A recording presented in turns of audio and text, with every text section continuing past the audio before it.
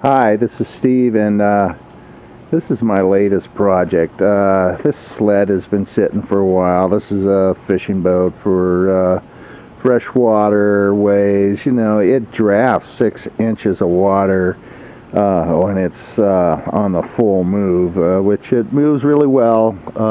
It's flat bottom, so it doesn't really do good out in the ocean. The floors were totally rotted out in this thing, and I have a tonneau cover for it, but still the floors were rotted out, so I've stripped the old floors out and proceeded to make new ones. Now I took the salvage wood from the back panels and created temporary floorboards for the front. These were all rotted out too, and because the front's curved, I want to go diamond plate aluminum up here, and that's the plan. I don't know. I'm still up in the air about that. These are good enough for a while. At least I'm not walking on those beams, and it's really hard to walk in the boat without floorboards.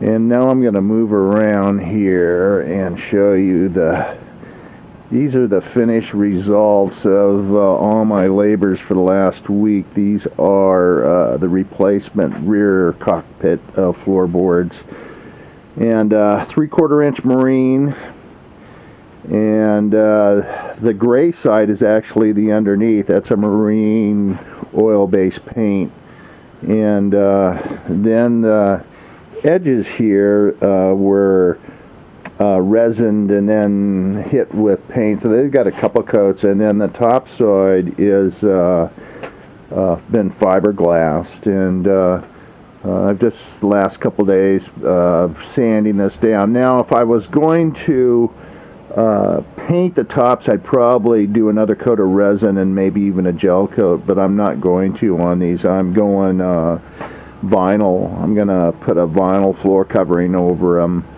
and it just glues down with outdoor carpet glue, and then you fold it over and use stainless steel staples and staple it all around. So yeah, I'm getting real close to having this thing put back together. It's been quite the project. You can see that there's the leftovers from making the boards right there, and it's really expensive wood. It's $130 a sheet.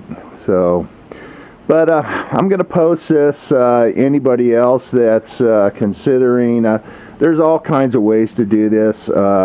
This was what was originally in the boat. It had a good quality 3/4, and it lasted 30 years. So I went down to the sheet metal place, and they wanted a $380 a sheet for diamond plate.